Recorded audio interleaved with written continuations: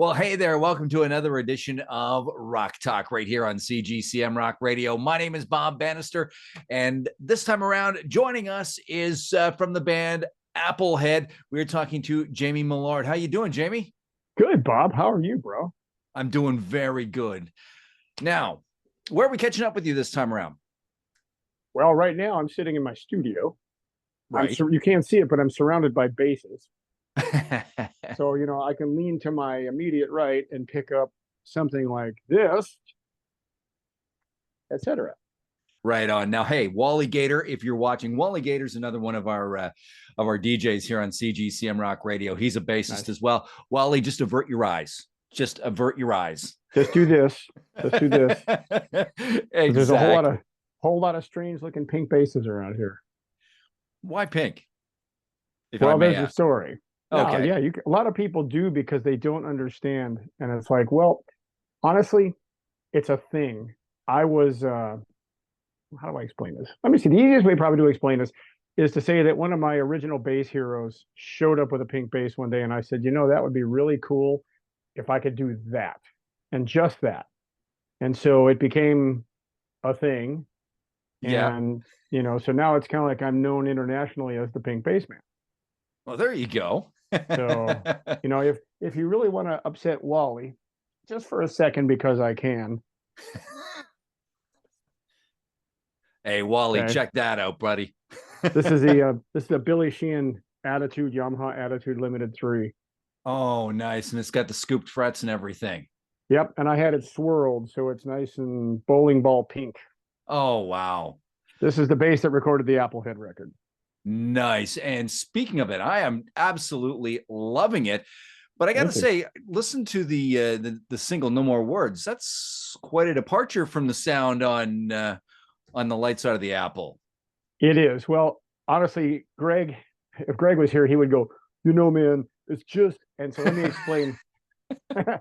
Greg, it's one of Greg's favorite songs, and it's not a thrasher, it's not a rocker, it's just a synth pop song that he really likes. So we made a version of it, and we have a good time with it because it's in drop D, so you can get a little more, not a lot of synthy stuff. Which there's nothing wrong with synthy stuff. It's just surprise, we've got guitars.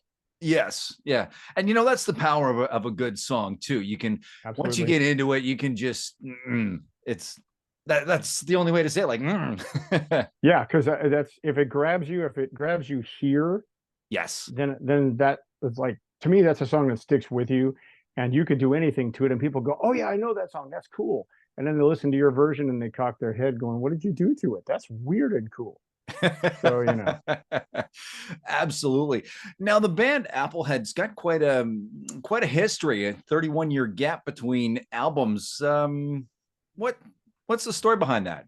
So Greg started Applehead as a solo project, if you will, off of his band, The Crucified. Right. And so, it just became a thing. And he and the guys in The Crucified would switch gears and do all this crazy stuff. And they'd open for The Crucified shows and then switch places and go rock The Crucified stuff. And along the way, he's been writing and working on different songs. And initially, he wasn't going to call it another Applehead record. It was going to be something else that he didn't have a name for. Okay. And then I came along, and it's kind of like, might be good to put out an Applehead record. So, needless to say, it became an Applehead record. And it's a lot different than the first one. The feel is different because as artists, as musicians, as writers, we walk, we grow, we stumble, we fall, we do all those things. And it comes out differently 31 years later.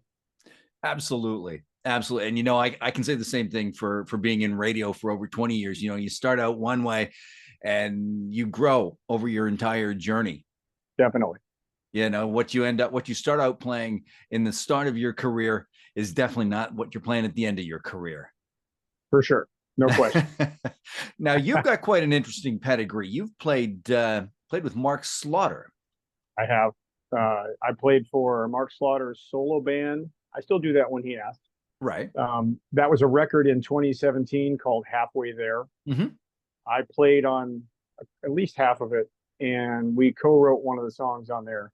which is pretty cool. And then we did some tour dates. So it was he and I and Bobby Rock and a guitar player named Mike Himmel from somewhere up in Virginia. We did a few shows, and then the Slaughter Train came and said, "Well, we're getting back on." So Mark jumped back on the Slaughter Train, and off they went. And then in 2019, I was asked to fill in for Dana Strum on a few of their shows, and so I got to play the Slaughter band set, which is really cool because it's all the great songs, all the hits. Oh, absolutely. So that's, and what's funny is the one thing that people give me a hard time about is these. Ah, yes, the pick. Because the pick, I found a stash of these. I don't remember why I still have them, because usually what I do is I don't play with a pick mostly, but I'll play with it and then throw it. Right. And I found a stash of the original picks from that tour, and people were like, "I gotta have one." I'm like, "I've only got a few." those got transitioned into these, which they're pink. Absolutely. Yes. So yes. Yeah. Now, speaking of Mark Slaughter, he always comes across as being this really easygoing, happy-go-lucky guy. Is he the same way behind the scenes, or? Yes, completely. He is probably one of the nicest, coolest. I don't know. I can't think of enough words to say. He's just amazing. He's really gifted musically. I mean, if you heard some of the stuff he does besides Slaughter, besides the solo stuff, he's just an amazing musician, amazing guy.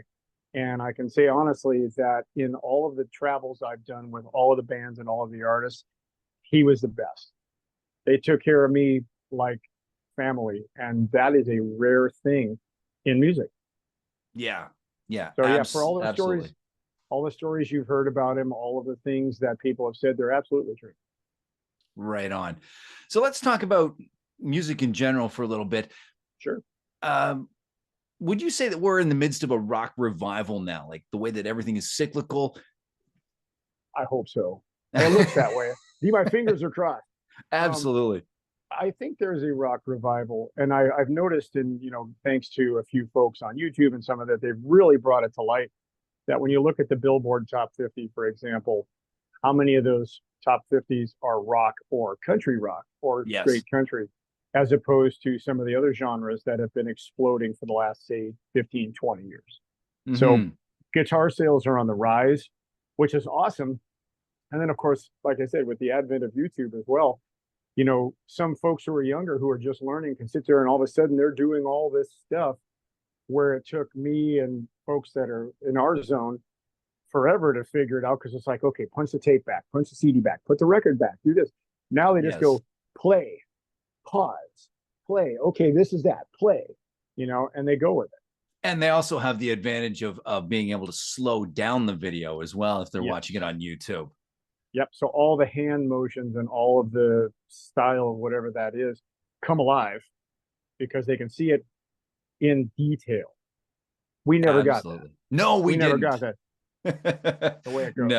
No. I know from my very, very, very brief tenure as a musician, it was rewind the tape, play, rewind the tape, play. Yep. Now, would you say that bands here in North America are at a distinct disadvantage to our counterparts over in Europe? I mean, like European bands, they can play like tons of cities within a few days, even a few hours, even. Sure. But over here it's like so spread out. And I don't know if spread out is really a concern, because you can get to point A to B by various means. I think the challenge, honestly, these days is, people have a hard time booking a show. Right. And then if they do book a show, the audience is kind of, well, maybe we'll go, maybe we won't go. And there's legacy acts, which is what now is considered classic rock. Right. Which all the genres and styles, because I see your Permanent Waves back there, all of that stuff. Oh, yes. Don't mind me and the Geddy Lee thing. It's all good. I like my Canadians too. Saga is one of my favorites. But anyway, really, when you see shows that are not happening, they order a big venue and they cancel. They're canceling because ticket sales aren't there, because people are having a hard time making their minds up about spending that much for a ticket. Where in Europe, it's a little bit different, especially in Europe. I traveled over there a bit with a different band, and it was quite interesting because the one thing I learned about European fans and folks just across the continents other than the US is that when they like music, they're going to go, if it's within their ability to go in any capacity, they're going. Right. And when they like you, they are going to grab a hold of it and they're going to hold it and they're not going to let it go because they're excited about it, even if it's 40 years old. Absolutely. Absolutely. Now, the gun shy, I guess you could say, nature of music fans over here. Would you say a lot of that, or some of that, at least has to do with COVID? Or I think COVID had it's a separate entity because it was its own moment in time. Quick sidebar: I spent 23 days in a hospital thanks to that, and they came this close to trying to rub me out.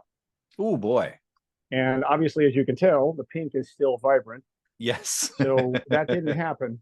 I think that put some people off, but if you look at how things have transpired since that time, costs have increased dramatically, and it's really difficult to see a good show for the price you used to go see because of one excuse or another in terms of why things are so costly.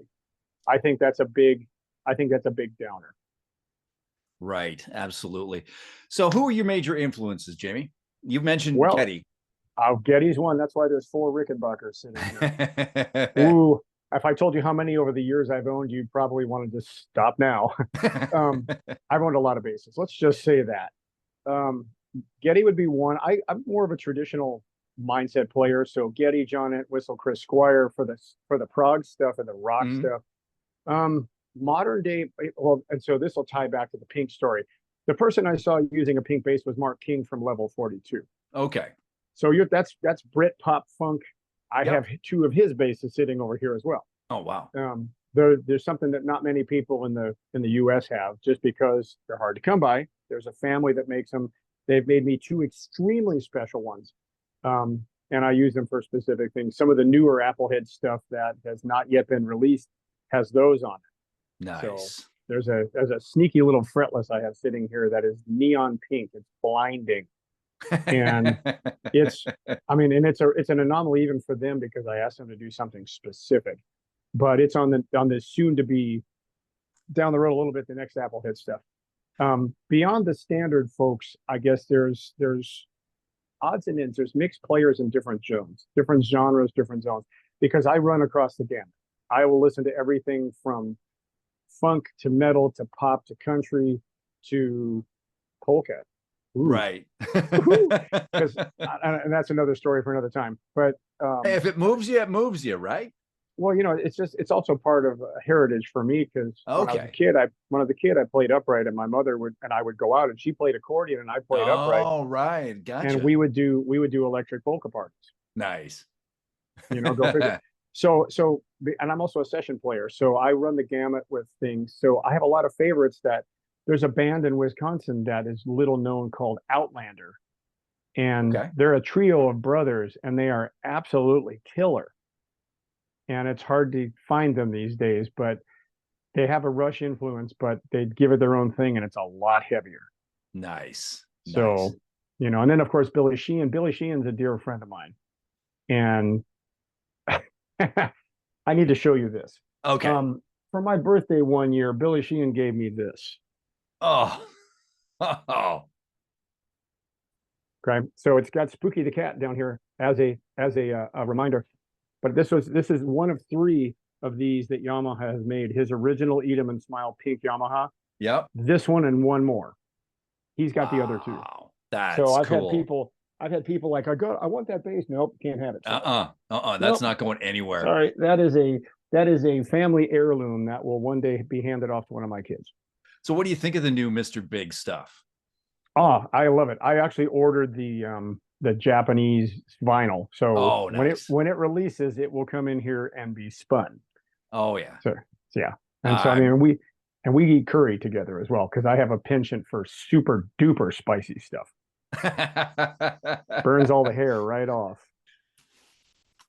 Yep, see, you're all good. It's all good.